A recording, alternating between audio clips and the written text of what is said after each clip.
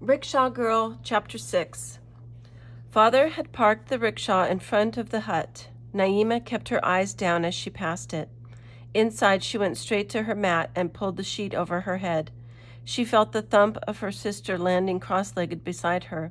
A small hand fumbled under the sheet to find hers. "We need to repair it soon," Mother was saying. "With such a ruined rickshaw, you won't get any business for weddings or other parties." "Both of the repair shops in our village are too expensive," Father said, "and they don't do good work." "Where will you take it?" "I heard a rumor that Hassan's rickshaw repair shop is opening up again in the next village. Old Hassan was the best rickshaw painter for miles around. The best work at the best prices, he used to brag, and he was right. One of his sons must have decided to start the business up again. I'll take the rickshaw there as soon as it opens." "It's going to be expensive," Mother said. "We'll have to get it painted again and fix the dents and tears." "Let me see how much extra money I'll need to make." Naima heard the rattling around of the tin bank they kept in the wardrobe. "We can't use that money," Mother said. "That's for Rashida's school fees. Here, take this instead. We'll have to trade it for the repairs." Naima yanked the sheet off her head. It was just as she'd feared. Mother had twisted off one of the 2 gold bangles she'd always wore on her wrist. She was holding it out to Father. Naima saw Father looking deep into Mother's eyes. "You were wearing these on our wedding day," he said. Mother smiled. "What's mine is yours, remember?" Father took the bangle and put it back on Mother's wrist. Naima waited for him to declare that he'd never sell it. Instead, he said, "We'll trade it only if I can't earn enough money." Naima couldn't believe it. That bangle had been given to her great-grandmother by her mother. The soft clinking of 2 circles had always made music for their family. Now they might lose that music forever. She lay down and covered her face again with the sheet, wishing she didn't ever have to take it off. The tears were coming fast now. She heard the rustle of her sister getting up. She felt the weight of Father's palm on her covered head, resting there for a moment. His footsteps crossed the stone threshold. The bell of the rickshaw chimed as he drove away. Someone gently pulled back the sheet. A soft hand smoothed the tangled hair off her forehead. A low voice began a familiar lullaby.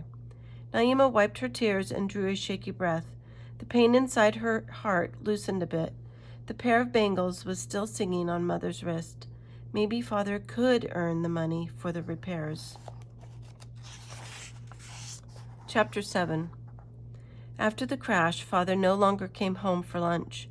He was trying to find passengers while other rickshaws sat idle. He stayed out until midnight in case somebody needed an emergency ride. But Mother had been right. People didn't like the look of such a battered and dented rickshaw. They didn't trust a driver who had let his rickshaw get into such a state. Every afternoon, Naima searched Father's face. The bangle was still on Mother's wrist, but for how long? How many days could he work from dawn until midnight without getting sick? A couple of aunts came to visit, sitting outside on the threshold with Mother. "What's wrong with Naima?" one of them asked. "We heard she crashed your rickshaw. Why in the world was she driving it anyway?" Mother bristled. "Everybody makes mistakes. She was only trying to help. She's growing up, you know." Mother came inside to make tea, and the voices outside became whispers that carried into the hut. "Wrecking? A rickshaw is growing up? Doesn't sound like she was trying to help.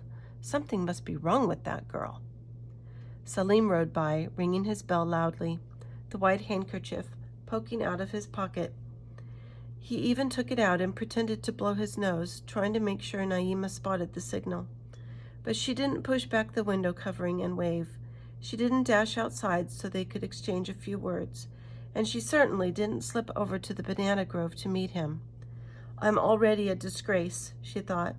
"If my aunts catch me spending time with a boy, I'll bring even more shame to Mother."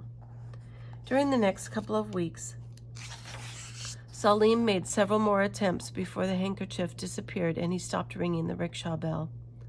Naima peeked at him from behind the curtain, fiddling with the white ribbon she kept hidden on her wrist under the long sleeve of her salwar kameez. Life was closing in around her like the bushes had closed in around the rickshaw. She even wished that her parents would punish her for what she had done, but after scolding her that first day, Mother never brought it up again. She seemed to think Naima was feeling bad enough. "Our daughter's so sad these days," she told Father one night when she thought the girls were asleep. "She doesn't rush through her chores to paint alpanas. She doesn't chatter nonstop about crazy ideas and plans. She moves so slowly and keeps so quiet. I hardly know she's here." "She'll be herself once again soon," Father said, "as soon as we get that rickshaw fixed." Father's confidence helped a little, but Naima still felt empty and numb. When she closed her eyes, the only thing she could picture was Father's beaten and bruised rickshaw. The image of it blocked the alpana designs that used to dazzle her mind with color. She could hardly remember the countless ideas that used to spin in her mind as she washed clothes or chopped vegetables. International Mother Language Day, February 21st, came and went. Naima couldn't bring herself to decorate the family's hut, even though Rashida pleaded with her to try. Rashida and Mother did their best, but the prize went to a girl on the other side of the village. Relatives gathered at a great-uncle's house to eat biryani chicken and celebrate the holiday. Naima's aunts wore new silk saris, rustling like wind in the rice paddles. Mother put on her party sari, the one she wore every year. Naima noticed the patch she was trying to hide and how faded the sari looked among the bright colors of the others. "Any news about the repair shop in the next village?" Father asked. "I think it's opening next week," someone answered. "Hassan's prices and work were always the best for miles around. The crooks who run the shops around here are spreading rumors about that shop already." "What are they saying?" "Oh, I don't believe anything they say. They don't want to lose their business. They don't want to lose our business, so they're making up all kinds of crazy stories." "They're probably telling the truth," an older uncle said.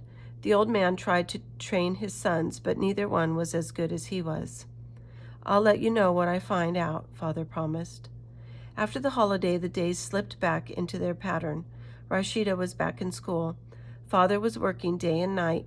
Mother and Naima were doing the household chores in silence. And Salim was riding by stony-faced, keeping his eyes straight ahead as he steered his father's rickshaw up and down the lane.